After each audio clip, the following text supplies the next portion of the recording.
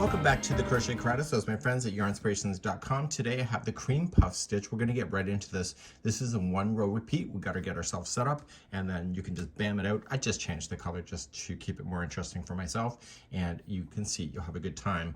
This is a really thick stitch, so it does take a bit of time to do. So no matter what you do with this, you might want to consider that you will use more yarn. So I think it's an oinker as far as being a yarn pig, but you know, you have to determine what you like. So let's begin to do this stitch next. Okay, let's begin. We are going to start off in multiples of 2. So no matter what size it is, keep it as a multiple of 2, which is an even number.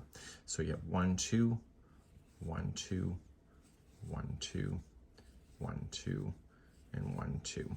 And once you're happy with the width of it, you can just measure it against something to be able to match a size. And when you're happy with it, just stop, and we're going to start row number 1 next.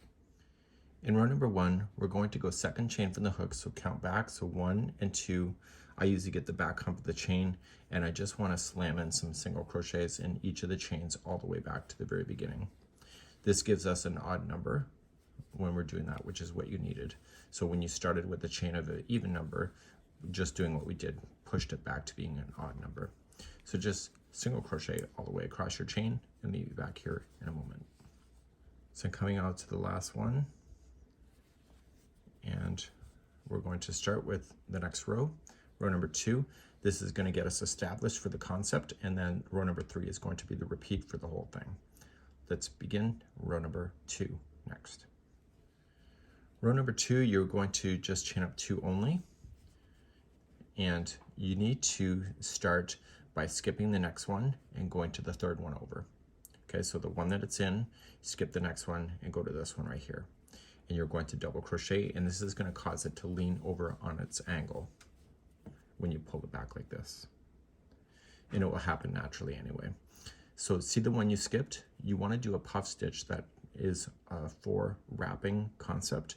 And when we do this, we're not going to go in front or behind. We are going to go directly through and capture this double crochet right inside the stitch, which adds to the bulk of what you're seeing.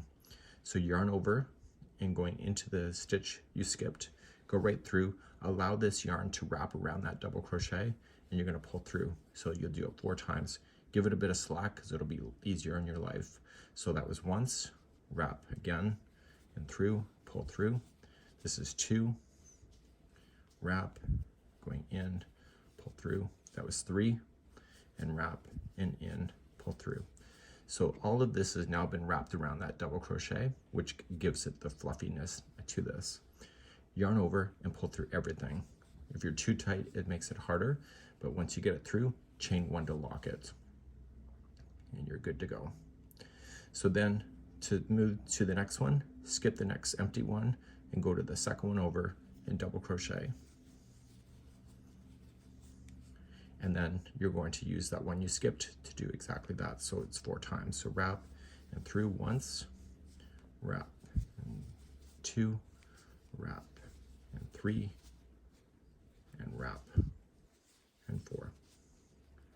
Once you have this big glob on there, just pull through everything, chain 1 to lock, and keep moving down your chain or your row just like that.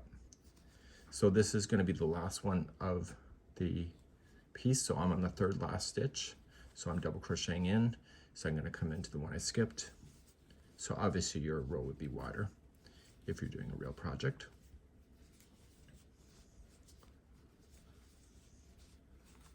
So you're going to do this last one here. You need to chain 1 to lock, and you have 2 stitches left. So you're going to skip the next one and just double crochet into the very last stitch. And this is the end of the row.